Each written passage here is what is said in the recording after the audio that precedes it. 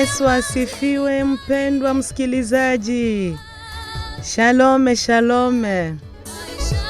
Ninawasalimu nyote katika jina la Bwana wetu Yesu Kristo. Huu ni muda mzuri, mpendwa msikilizaji, ambao tumepewa na Bwana mwenyewe ili aweze kutuhudumia. Ninakuomba uweze kujipanga sawa sawa. Na pia ninakuomba kumwalika mtu mwingine waje karibu na redio. Ninakuomba pia kama kuna mtu ambaye anakuwa mgonjwa pembeni yako, uweze kumpelekea redio ili apate kusikiliza ujumbe huu ambao Bwana ameweza kutuandalia siku ya leo.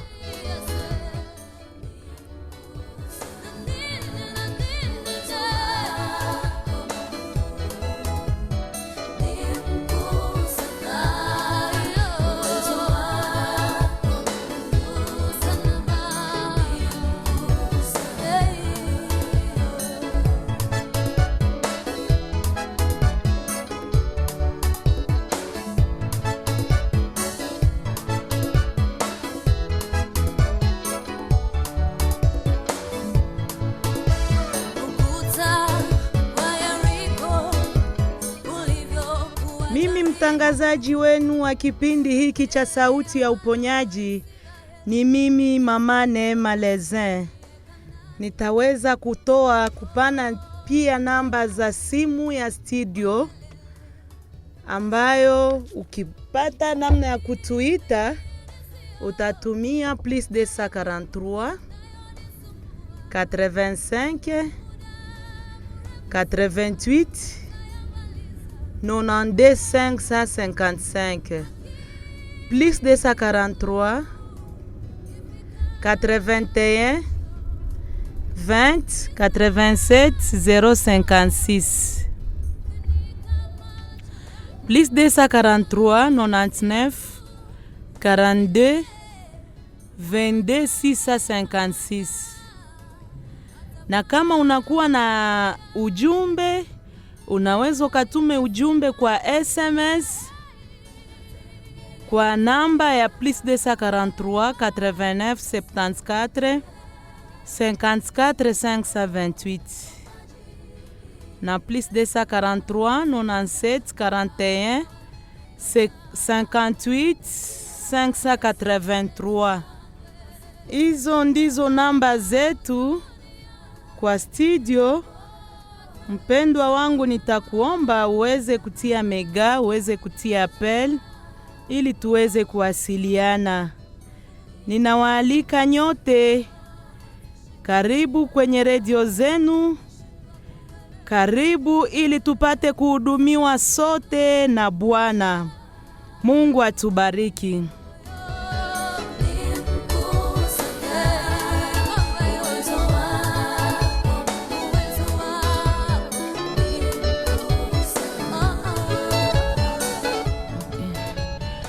Basi na tuwe na maombi. Mungu Baba yetu na Baba ya Bwana wetu Yesu Kristo, huu ndio muda ambao uliweza kukusudia kwa ajili ya wana wako. Tunakushukuru Kristo kwa ajili ya kipindi hiki ambacho umeweza kujichagulia kwa kuponya wana wako. Tunakuamini, tunajua tutaponywa na wewe. Tunajua utaponya afya zetu, tunajua utaponya ndoa zetu, tunajua utaponya kazi zetu, tunajua utaponya kwenye maeneo mbalimbali zinazohusu maisha yetu. Asante kwa kuwa unatupendelea Kristo.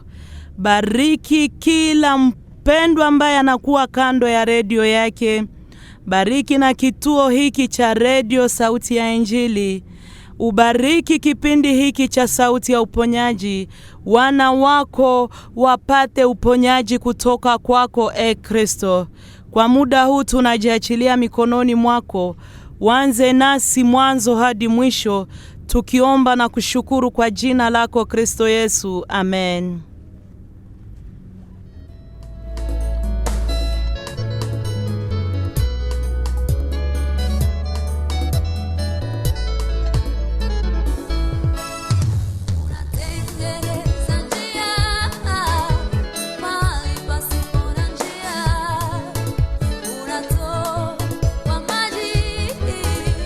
Bwana Yesu asifiwe mpendwa wangu. Bwana Yesu asifiwe.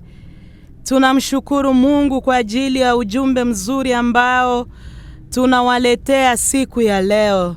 Somo letu la siku ya leo tutalipata kwenye vitabu vitatu.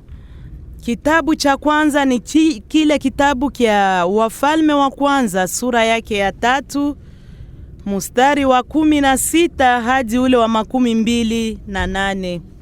Tutasoma kwa jina la Yesu Kristo. Nimesema Wafalme wa Kwanza sura ya 3 mstari wa 16 hadi ule wa 28. Tunasoma katika jina la Yesu Kristo. Ndipo wanawake wawili makahaba walimwendea mfalme, wakasimama mbele yake. Na mwanamke mmoja akasema, bwana wangu, mimi na mwanamke huyu tunakaa katika nyumba moja. Nami nilizaa nilipokuwa pamoja naye nyumbani. Kisha siku ya 3 baada ya kuzaa kwangu, ikawa mwanamke huyu naye akazaa.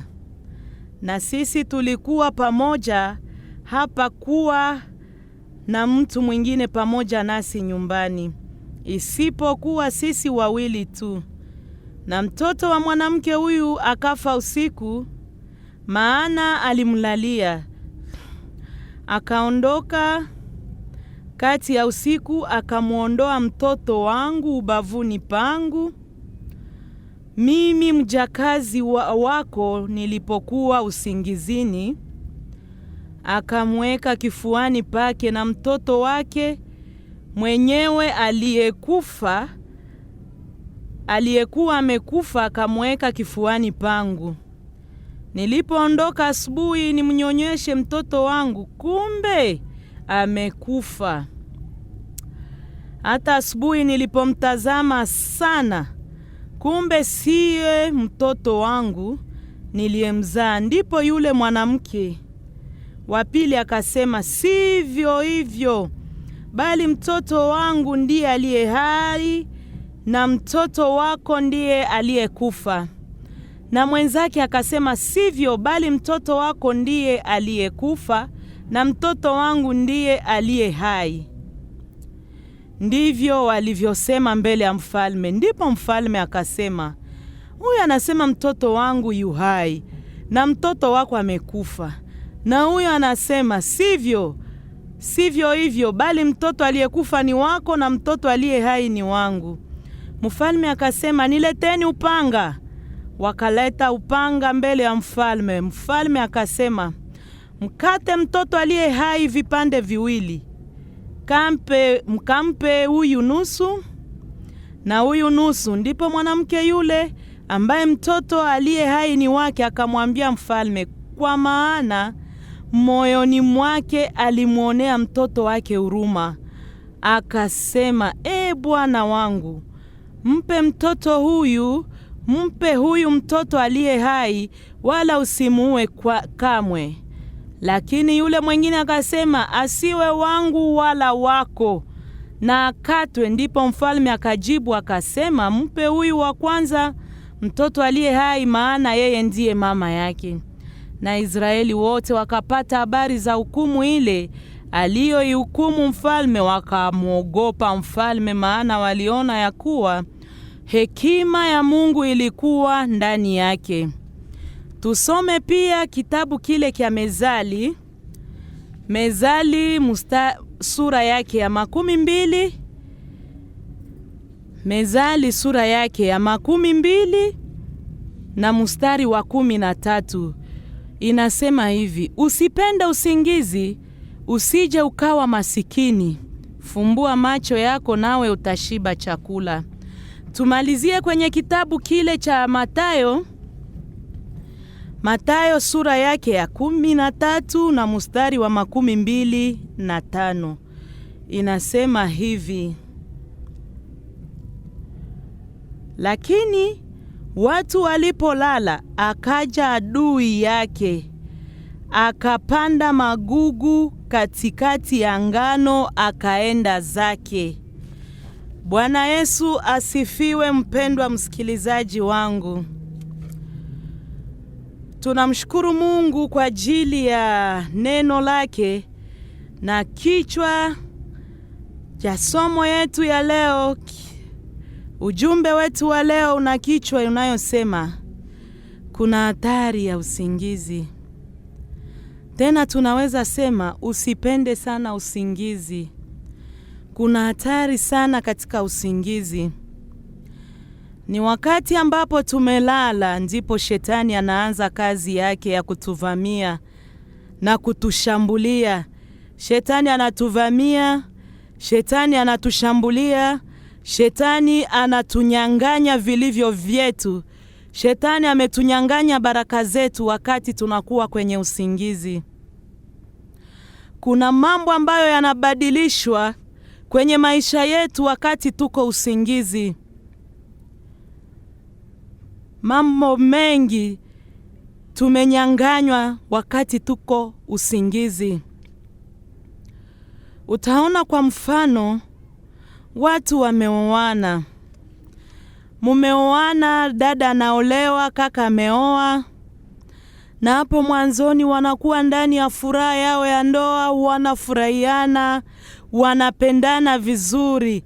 Hali yao inakuwa vizuri yenye kuvutia. Lakini nafika wakati umeshangaa. Unasikia paka na huruma wakati unasikia maneno ambayo mtu mmoja mwingine anataja, maneno ambayo anataja kwa mwenzake. Unashangaa, unajiuliza, hawa si ni wale ambao tulionaka wakiwa kwenye upendo wa ajabu? Leo imekuwa nini? Utashangaa.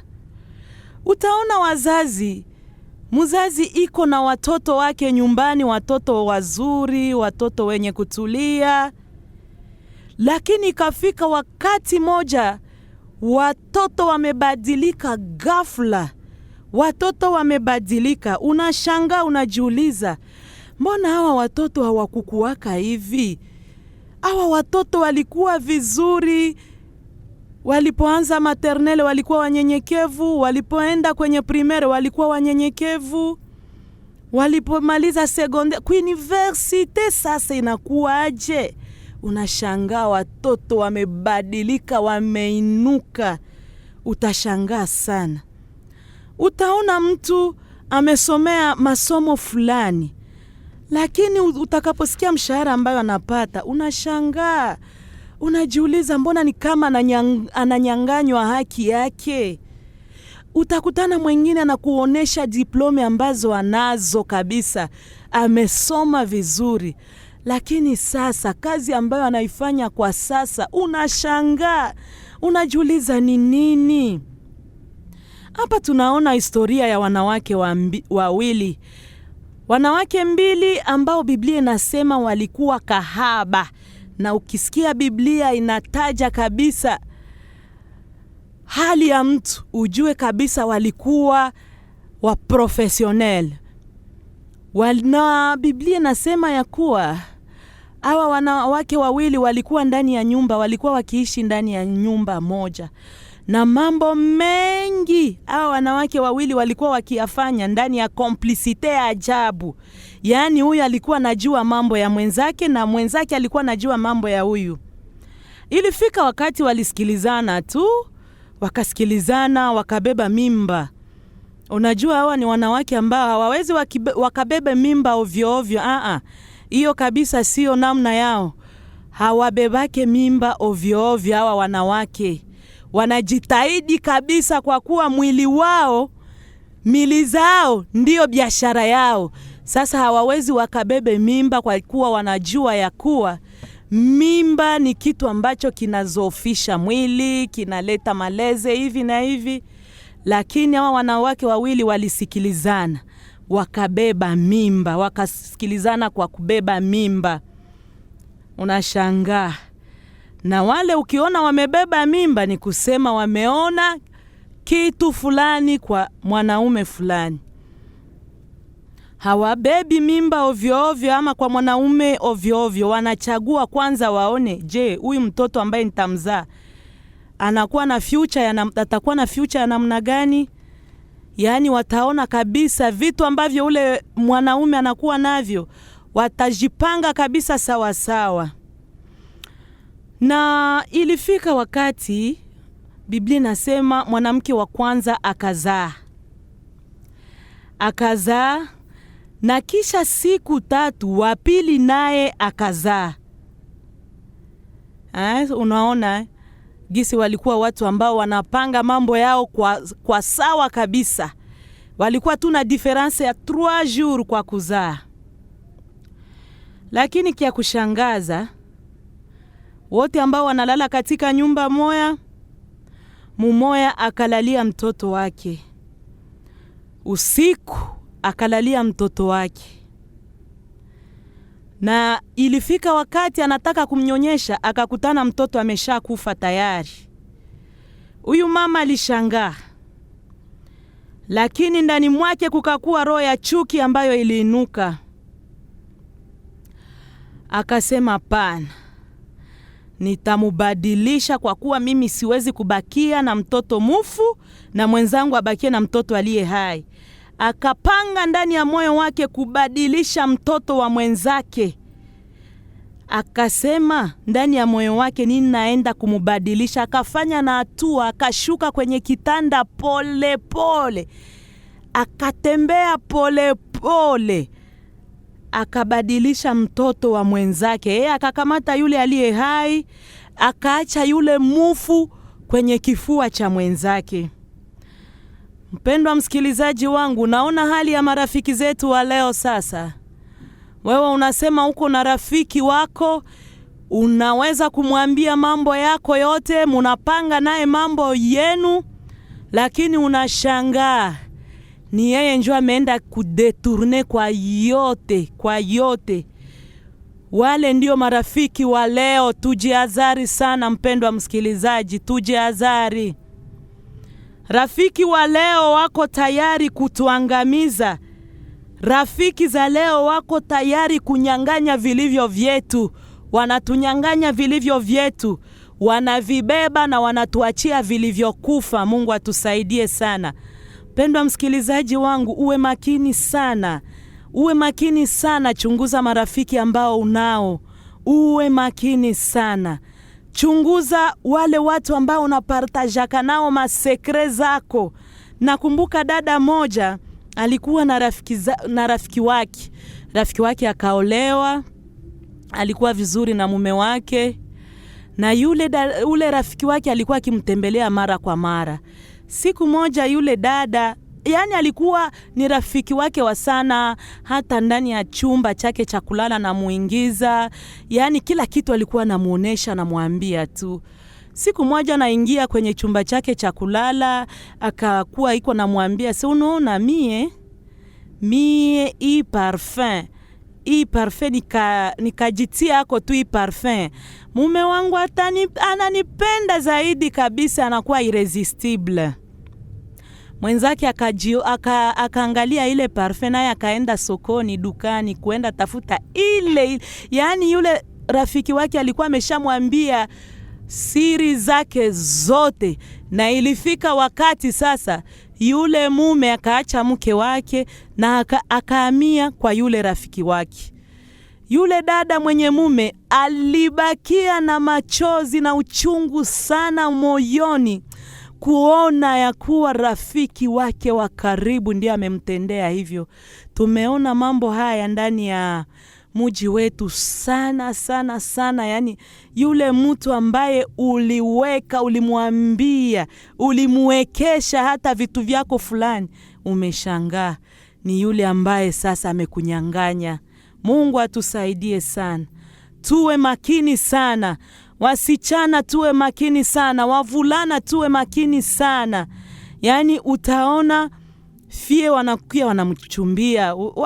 Wasichana wengi, vijana wetu wengi wamepoteza wachumba wao kwa ajili ya kusema kuenda kupartaje siri zako. Unajua mie fulani njoo iko nanichumbia, na ule mwingine naye anasema ambo, kumbe sitakubali, nifanye juu chini, niende nimunyanganye mchumba wake. Mungu atusaidie sana. na utakutanisha fiancé anakuwa detourné, wanakunyang'anya tu fiancé wako juu ya kusema sema mambo yako. Wababa na wamama wameibiwa ndoa zao juu ya kuongea kila kitu kwa marafiki zao. Mungu atusaidie sana wapendwa wangu. Tumelala sana. Na sasa adui shetani amepanda magugu ndani ya ngano. Inawezekana magugu wakati walimaji walipanda ngano, yale ngano ilipoanza ota na magugu nayo yakaota, yote ilikuwa kama inataka fananana, lakini ilipoanza kutoa sasa, ndipo yule mlimaji akaiwa akasema, kumbe hapa kuna magugu mengi hapa. Wazazi wapenzi, mara ngapi tumeweza kuwalalia watoto wetu? Wazazi tumewalalia hata watoto wetu pasipo hata sisi kujua. Tumetamka maneno yasiyofaa kwa watoto wetu na wamekufa kiroho. Kuna watoto ambao wanaishi lakini wamekufa tayari kwa maneno ambayo yametamkiwa na wazazi wao. Watoto wamekufa kiroho kwa maneno mabaya ya wazazi wao. Mara ngapi tumefanya matendo na vitu vibaya mbele ya watoto wetu? Wametukutana ndani ya matendo mabaya. Wametukutana tukisema vibaya ndani ya mapratike zisizofaa mbele ya watoto wetu. Watoto wameshangaa, watoto wamekufa, wanatembea lakini tayari wamekufa wale watoto. Weye imagine mtoto akutane mzazi wake kwenye uzinifu. Mtoto akutane mzazi wake kwenye ulevu. Ni japo hiyo mzazi ndiye wa kwanza kuwakataza watoto ya kuwa ulevi sio jambo nzuri, uzinifu sio jambo nzuri. Mtoto akukutane kwenye uchawi. Mtoto akukutane weye baba wanakukamata barabarani, balisha kukamatia msentir, aseme wewe umeiba, umeskroke. Unajua hiyo ni hali ambayo inaua mtoto kiroho. Utakuwa umemuua tayari. Mtoto unamuua kwa matendo yako, unamuua mtoto kwa masemi yako. Mungu atusaidie. Pale kwenye roho ya mtoto anashanje, anajiuliza ni nini hii ninayoona? Ni nini hii ambayo ninaiona kwenye macho yangu? Mungu atusaidie. Mungu atusaidie. Wazazi wenzangu, Mungu atusaidie sana. Kuna vitu ambavyo niliviishi kwenye macho yangu mwaka jana. Kwanza haijaenea hata mwaka. Mwaka jana watoto wangu wanasomea kwenye shule mbalimbali. Mtoto wa kwanza akakuya akaniambia, mama, kuna mtoto kwenye shule, yeye iko anapita ndani ya maklasi za wengine, anakamata mabike, makalamu, anakamata mabike, anaenda nazo, watu wanakosa mabike. Après recreation, batoto bote banajikutana, hakuna tena mwenye iko na bike. Mie nikashangaa. Sasa ile siku yenye mtoto alinielezea ilikuwa ni siku sasa aliingia ndani ya klase yao. Akakuya akabeba bike zao zote. Nabo saba aliona vile bakaenda kwa direction des études. Bakaenda bakamwelezea, bakamwambia bike zetu ziko zinabebewa na huyu mtu alishakuwa na hii tabia, sio ya mara kwanza nafanya hivyo. Basi mzazi, uniambie tu kwa kweli zile bike yule mtoto alikuwa anazifanyisha nini? Lakini wakati ambapo mtoto alinielezea ya kuwa bike zabo walizirudisha, nikamwambia hapana, tutaomba kwa ajili ya hizo bike. Kwa kuwa inawezekana kuna nia mbaya ambayo iko inaacha yule mtoto anakuya chukua zile bike. Mwingine naye nilikuwa naye nyumbani kwangu. Akakuya akaniambia, siku moja mama, nilishapoteza kae yangu ya histoire.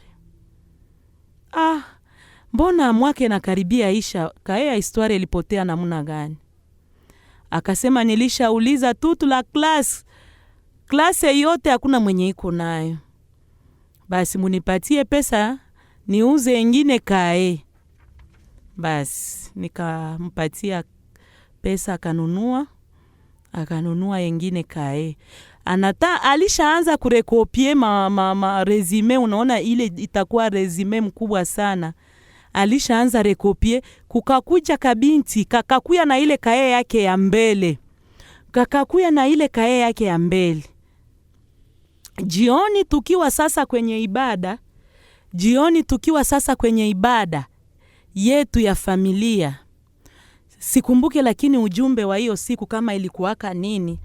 Lakini kisha ujumbe, yule mtoto akanielezea, akaniambia, mama, ile kae yenye nilikuwa nishakosa kuko dada mwenye aliileta. Roho Mtakatifu akanikumbusha, akasema, kae napotea siku 5 kae haipatikani. Lakini sasa imepatikana, imetoka wapi? Basi Roho Mtakatifu akanisaidia, akasema umuombee huyu mtoto. Nikamwambia mtoto, baada tu ya hiyo ibada yetu ya jioni nyumbani, mtoto niletee hiyo buku. Mtoto akaleta buku, akapiga magoti, nikamuombea. Nilipomuombea nilitaja na jina ya yule ambaye alileta ile buku kwenye maombi, nilitaja. Nilipomuombea tumesema amina, mtoto amesimama na ajielekeza kwenye chumba ende lala. Nafika tu kwenye mlango, mtoto akaanguka chini. Alipoanguka chini, mimi ningali kwenye salo, batoto wengine wanaita mama, kuya mbio. Nikajiuliza kuna kwa nini. Kukutana mtoto alishaanguka, ameshapoteza ufahamu wake. Tuliomba, Mungu akamsaidia yule mtoto, akapata tena ufahamu, akasimama. Aliposimama tuliendelesha tena maombi, mtoto akaenda pumzika, kalala. Asubuhi tena kajiandaa, nikamwekea mikono, nikamuombea, kaenda. Magharibi tena ilipokuwa jioni, nikamuita, nikamwambia nielezee sasa, yule dada ambaye alikuletea hiyo buku mulionana? Akasema tulionana, lakini leo hakunisemesha kitu. Alikuwa mwenye kunikasirikia ajabu. Wazazi, munaona watoto wetu wameibiwa kwa ajili ya usingizi, tumelala sana. Ndio maana unaweza ukampige mtoto, mtoto hana akili, lakini ni usingizi wako wewe mzazi. Shetani amekuja usiku na ametunyang'anya vilivyo hai na ametuachia vilivyo kufa. Mzazi mpenzi, ninakuomba na kukusi, yaani tuendelee kufuatilia watoto wetu. Wekea watoto wako mkono kabla ya kuenda shuleni, waombee. Achilia damu ya Yesu kwa watoto wako, kwa kuwa muovu amejipenyeza mahali pote. Magugu yameota ndani ya ngano. Watoto wengi kwenye shule wamenyanganyiwa vilivyo vya kwao. Walienda na vitu akili nzuri, lakini wamerudia wakiwa na akili mbaya. Mungu atusaidie sana. Tumepoteza vitu vingi kwenye maisha yetu kwa sababu ya usingizi. Kuna watu wamepoteza vitu vingi hata kwenye usingizi wa kimwili, kwa kuwa kwenye usingizi wa kiroho tumeibiwa vingi sana. Na wengine wamependa sana kulala usingizi wa kimwili. Unakutana mtu anakuambia, mimi nikianza usingizi wangu saa 2 usiku, sherti nilamuke tena ingine saa 2 asubuhi. Sasa wewe, wengine wanatoka kusokoni ile saa 2. Wewe sasa njoo wakati yako ya kulamuka. Kwenye usingizi hata wa kimwili utasikia njala. Utakosa mambo ambayo ungelipata, wenzako wameshaenda wamelamukia. Mungu atusaidie sana. Tujitahidi kuomba, wapendwa. Mpendwa wangu, tujitahidi.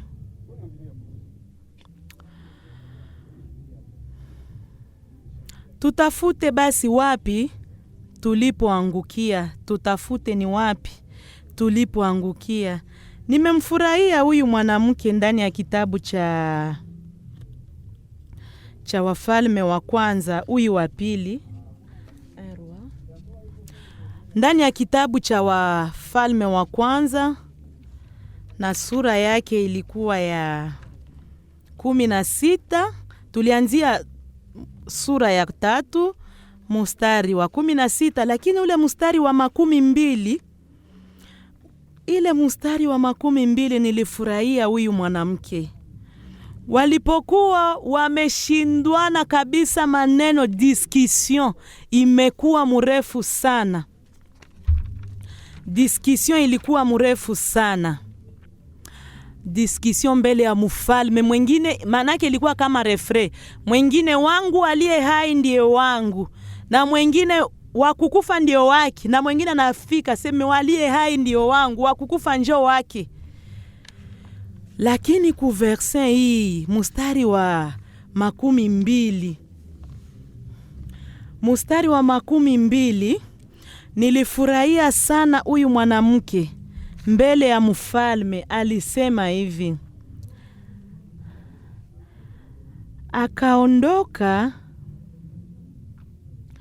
akaondoka kati ya usiku, akamuondoa mtoto wangu ubavuni pangu, mimi mjakazi wako nilipokuwa usingizini. Akamuweka kifuani pake, na mtoto wake mwenyewe aliyekuwa amekufa akamuweka kifuani pangu. Bwana Yesu asifiwe. Mpendwa msikilizaji wangu, unaona hekima ya mfalme. Mfalme anapoona ya kuwa huyu mama amesema ukweli, amekubali ya kuwa alilala, na alipokuwa amelala ndipo mwenzake alimubadilishia mtoto. Nasi tujifunze kwa hiyo netetea huyu mwanamke. Tunapoenda mbele ya Bwana Yesu, Bwana wetu, tukue honete, tuseme mahali tuliangukia. Pengine ni wewe mama ulianguka kwa kutokuombea mume wako. Pengine ni wewe baba ulianguka kwa kutokuombea mke wako. Pengine ni sisi wazazi, watoto wetu walituiba nao wakati ambapo hatukuwaombea. Tufike mbele ya Bwana Yesu na tumwambie ya kuwa Bwana wetu, tulilala usingizi sisi kama wazazi. Nililala usingizi mimi kama mke. Nililala usingizi mimi kama mume, na sikuweza kufanya mapashwa yangu vilivyo. Kuwa honete, kuwa sincere devant Dieu. Atakusaidia, atakupatia, atakurejeshea haki yako. Mungu atusaidie sana. Mpendwa msikilizaji wangu, Mungu atusaidie sana. Kama huyu mama alivyoshuka mbele ya mfalme, alipokubali kusema ya kuwa alilala, na ndipo walimuiba mtoto wake aliye hai, na Mungu aliweza kumsaidia, na Mungu akamrejeshea haki yake. Mungu atusaidie. Tusipende usingizi, wapendwa. Usingizi wa kiroho imeacha tumenyanganywa mali zetu. Usingizi wa kiroho tumenyanganywa biashara zetu. Usingizi wa kiroho umeacha tumenyanganywa upendo wetu. Upendo wetu wa kwanza hauko tena. Ndio maana utasikia mtu anaanza sema, huyu sio kaka yangu, huyu sio dada yangu. Ukiona mama ameanza sema hivyo, ujue ya kuwa kuna usingizi umewapiga mahali fulani. Mungu atusaidie. Tusipende usingizi, kwa kuwa kuna hatari kubwa sana tunapolala. Tunapolala, na zaidi sana tunapolala kiroho. Tunapolala kiroho, hakuna maombi, hakuna ibada ya familia, hakuna kusoma neno. Ni hapo shetani muovu amekuja na kutunyanganya vilivyo vyetu. Amebeba watoto wetu walio hai na ametuachia watoto waliokufa. Amebeba waume wetu walio hai na ameacha waliokufa. Amebeba wake wetu walio hai na ametuachia waliokufa. Ndio maana utashangaa Utashangaa unajiuliza, mtu ameshabadilika, mbona mbele haikukuaka hivi? Mungu atusaidie. Mungu atusaidie. Turudie tena kwenye hali yetu ya mbele. Mpendwa wangu msikilizaji, kama ibada ya familia ilikuwa imekufa, tuianzishe tena. Kama maombi ilikuwa imekufa, tuianzishe tena. Kama kusoma neno la Mungu ilikuwa haiko, tuianzishe tena. Na Mungu abariki ujumbe wake kwa siku ya leo. Amina.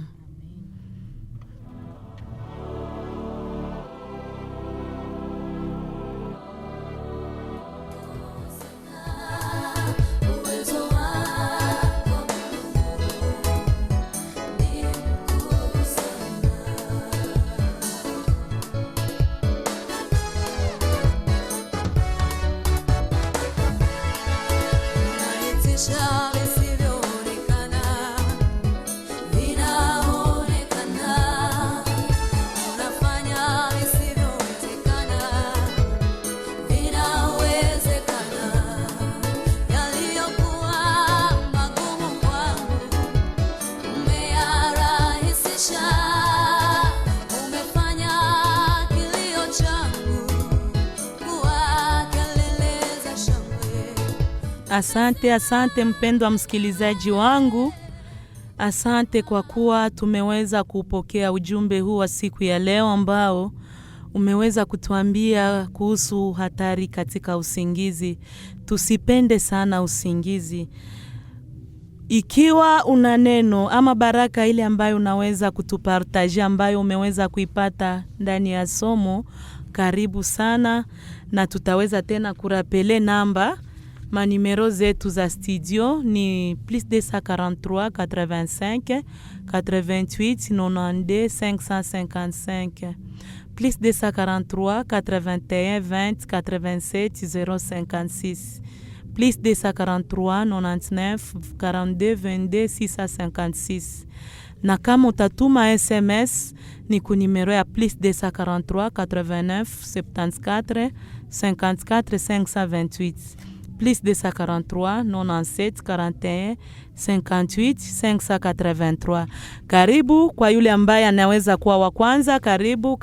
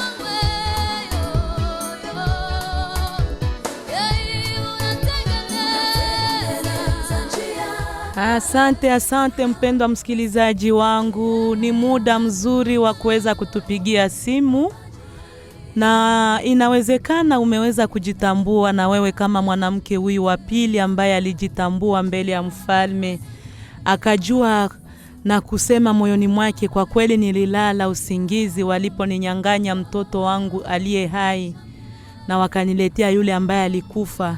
Saa zingine na wewe umejua mahali ambapo magumu yalitokea kwenye ndoa yako, kwenye uzao wako. Saa zingine na wewe umejipata.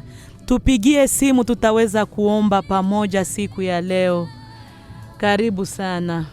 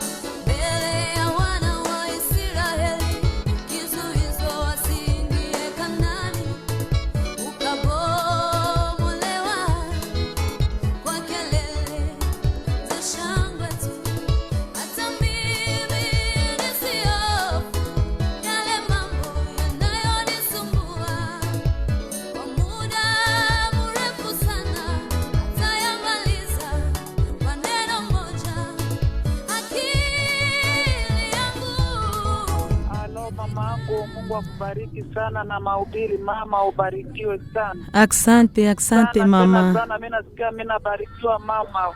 Amina. Mingi sana ni mama Asha. Asante sana mama Asha. Unaishi kwa afya bora?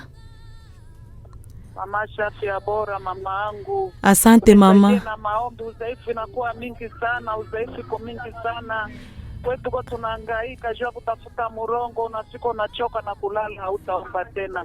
Pole sana. Na maombi Mungu aniwezeshe kabisa mama yangu. Ni mama Asha, afya bora. Mungu akubariki sana. Pole sana. Asante mama, tutaomba kwa ajili yako. Lakini unaweza ukatupartager aussi baraka ambayo umeipata ndani ya somo? Amen.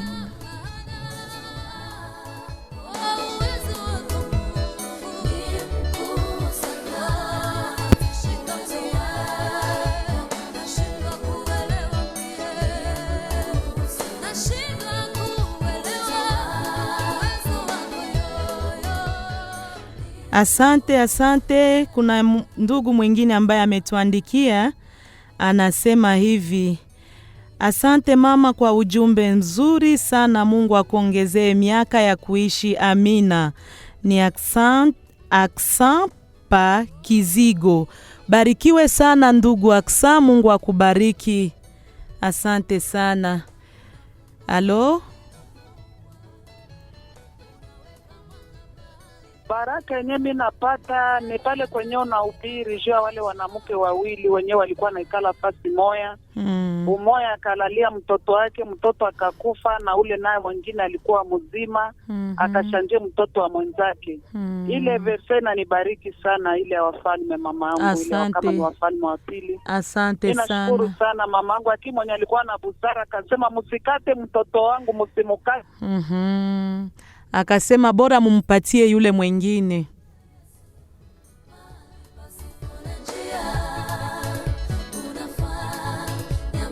Kwa kweli huyu mfalme alikuwa na Roho Mtakatifu. Alipoona yule mama mwingine, yule mama mzazi kabisa mwenye mtoto aliye hai, namna gisi anatetea mtoto, anasema basi mumuache kwenye mikono ya mwenzangu, nitakwaka na muonea pale. Mfalme aliona huruma ndani ya yule mama wa kweli wa mtoto, na mfalme akasema basi hatutakata tena mtoto vipande viwili, tutampatia huyu mama kwa kuwa ndiye anafanana, yeye ndiye mzazi. Mungu atusaidie sana. Asante mama Asha kwa kuendelea kutufata. Asante ndugu Aksan pale Kizigo, mbarikiwe sana na Bwana.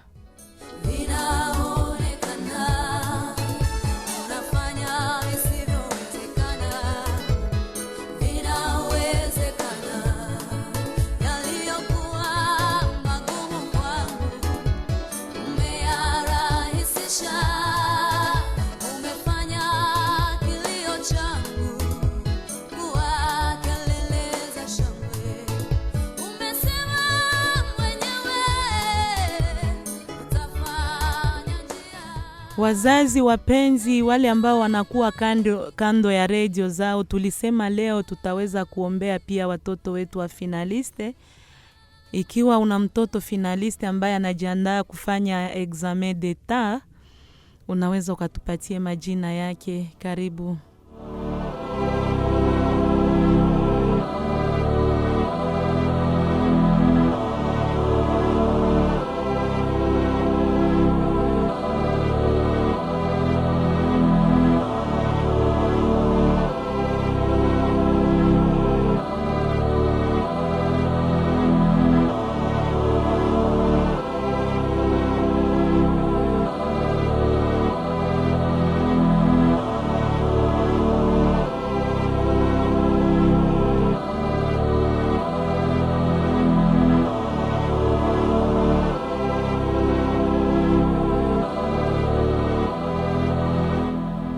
Asante. Kuna pia ndugu mwingine ambaye ametuandikia. Anaandika hivi: jambo mama, tunashukuru kwa ujumbe. Mungu akupatie nguvu ya kutayarisha wengine. Ombi, Mungu atusaidie na atuwezeshe kujitambua. Lakini haukusema jina lako, haukusema na kama unaishi wapi, kwa kuwa hii ni ombi ambayo ni muhimu sana kuliombea. Sasa jina lako baba, kama mama, karibu tena.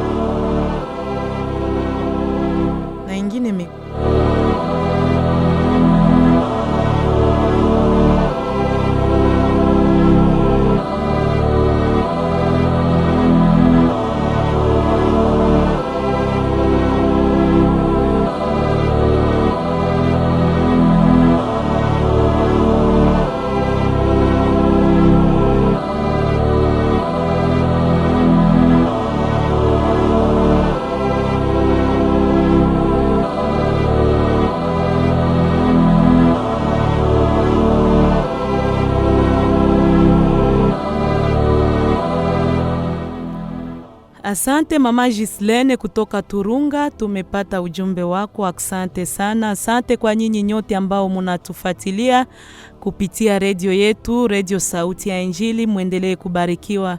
Basi kwa muda huu tuwe na maombi. Baba, katika jina la Yesu Kristo tunasema asante, tunakushukuru kwa siku ya leo ambayo tena umetupatia ili uweze kutuhudumia na kutuambia ile ambayo tunastahili kuisikiliza. Asante Yesu, tunasema asante kwa kuwa umetukumbuka kupitia kipindi hiki cha Sauti ya Uponyaji. Tunakubariki Yesu. Asante kwa yote ambayo unaendelea kufanya katika maisha ya wasikilizaji wa Radio Sauti ya Injili. Tunasema asante Kristo. Tunasikia mama Asha anasema kwa kweli anaomba msaada kutoka kwako. Umsaidie Kristo, kwa kuwa ni wazazi wengi wamelamkia kwenye shughuli za maisha, treto le mate wameenda na wamerudi tena usiku wakiwa wamechoka, na sasa wanarudi mili zao zimechoka na hawana tena wakati ya kuuliza watoto mambo ambayo waliyapitia mchana. Kristo Yesu, hii ni changamoto, sio mama Asha ye peke, ni wengi, wazazi wengi, kwa kuwa wanatafutisha maisha kwa ajili ya familia. Uwasaidie Kristo, uwatengenezee ratiba nzuri kwa ajili ya familia zao, uwatengenezee tena programe nzuri ili wapate muda. Haiko hata 15 minute ambayo Kristo ukiwapatia hata 15 minute watashukuru. Wazazi na watoto wawe wakiongea jioni, kila jioni wawe wakipartaje, wanasoma hata mstari tu mmoja ndani ya Biblia. Ile italeta mabadiliko. Wawe wakiomba pamoja hata dakika 2. Kristo uwapatie wazazi, uwasaidie, saidia jamaa la mama Asha katika jina la Yesu Kristo, katika jina la Yesu Kristo. Saidia na wengine wote ambao wako kando ya redio zao, wamesikiliza ujumbe lakini saa zingine wameogopa kupiga simu, ama kwenye simu hakuna mega, hakuna inite.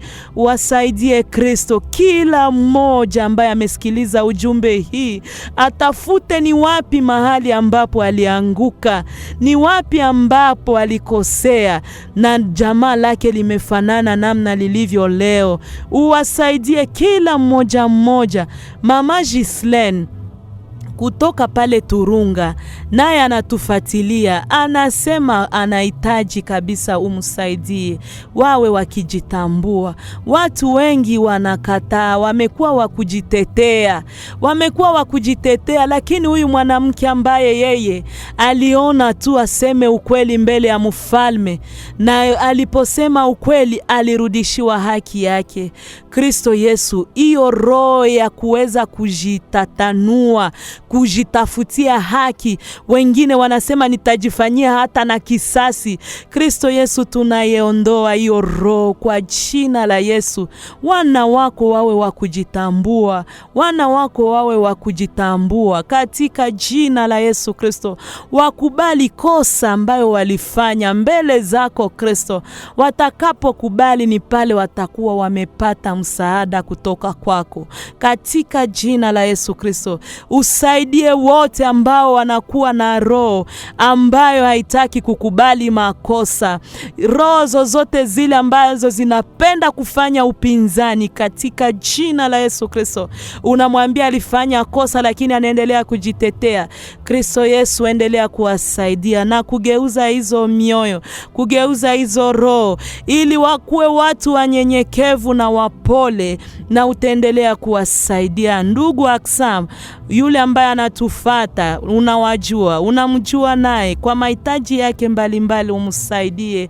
Usaidie wote ambao wanatusikiliza kwa muda huu, uwasaidie Yesu na kujibu kila moja kwa hitaji yake katika jina la Yesu Kristo, na kwa damu yako Yesu Kristo, kwa jina la Yesu Kristo uwasaidie Kristo. Tunaleta watoto wetu wa finaliste ambao wanajiandaa karibuni kufanya examen d'etat. Yesu, wapitie mbele, bariki akili zao, fungua akili zao katika jina la Yesu Kristo. Kwa damu yako Yesu Kristo, ukawabariki watoto hawa. Tupate shuhuda kutoka kwa wazazi wakisema ya kuwa watoto walifaulu masomo, walipata madiploma kwa jina la Yesu Kristo. Usaidie pia viongozi wa makanisa wote ambao uliwaweka kwenye viti vya uongozi, unawajua moja kwa moja katika jina la Yesu Kristo. Bwana Yesu, wanapoongoza kanisa lako waliongoze katika woga wako. Bwana, waliongoze kanisa lako katika woga wako, wasiongoze par sentiment, lakini wajue ya kuwa kanisa ni lako na silo lao. Wasiingize mambo usiyoyapenda kwenye makanisa, wasiingize mambo machafu kwenye makanisa katika jina la Yesu Kristo. Ni wewe ulilikufia kanisa la Kristo. Simama na viongozi hawa kwa jina lako Yesu Kristo, kwa damu yako Yesu Kristo. Tunaiombea pia redio yetu, redio Sauti ya Injili, na wafanyakazi wote ambao wanatumika, wahariri, katika jina la Yesu Kristo. Wasaidie Kristo kwa kazi mkubwa ambayo wanaifanya kwenye madhabahu haya, ili madhabahu yaendelee kubariki wana wako katika jina la Yesu. Wabariki. Tunaleta mkurugenzi wa sasa Gedeon Muindo katika mikono yako Kristo. Umpe hekima ya kimungu, umpe na nguvu Kristo ya kuweza kuongoza ndani ya woga wako. Tunaleta na mkurugenzi wa zamani Baba Ezra Kasereka, umsaidie Kristo, aendelee kuleta maoni katika jina la Yesu Kristo. Aendelee kuleta mawazo mazuri. Kazi yako isisimame. Kazi yako isonge mbele kwa jina la Yesu Kristo. Uwasaidie, na mahitaji ni mengi kwenye redio. Kristo Yesu, wewe ambaye unabarikiaka mikate 5 na samaki 2 na watu wanakula maelfu na maelfu, bariki mahitaji mbalimbali kwenye redio hii. Bariki Yesu, bariki.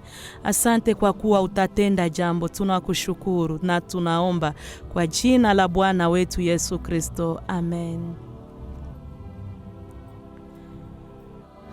Asante wapendwa wasikilizaji. Asante. Kuna mwingine?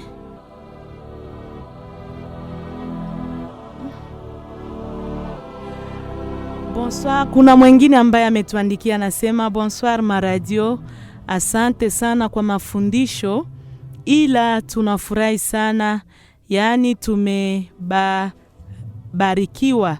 Se couple Christian Kajede, Mungu akubariki. Ila niombee, ninaukiwa wa pesa kabisa. Mungu anibadilishie historia ya maisha. Ndugu Christian, couple Christian pale pa Kajede, mumwamini Mungu tu. Mumwamini Mungu, atatenda, usiogope. Asante kwa kuwa ni Mungu mwenyewe ametuletea kipindi hiki ili kutuponya kwenye eneo zote. Muamini Mungu atatenda, na tutaendelea kuomba, usijali. Tutaomba tena kwa wiki ijayo. Mungu awabariki pale Kajed. Asante mpendwa msikilizaji wangu, tunafikia mwisho wa kipindi cha Sauti ya Uponyaji. Asante kwa wote ambao wametufata kwa siku ya leo, na mtangazaji wenu ni mimi Mama Neema Leze. Tunawapenda sana, mbarikiwe. Na ujumbe wetu wa siku ya leo ulikuwa na kichwa ambayo inakuja kutuonesha tusipende usingizi, kwa kuwa kwenye usingizi kuna hatari sana. Mungu atusaidie ili vile ambavyo Mungu alitupatia, shetani tena situnyanganye. Tubarikiwe sote na Bwana. Amen.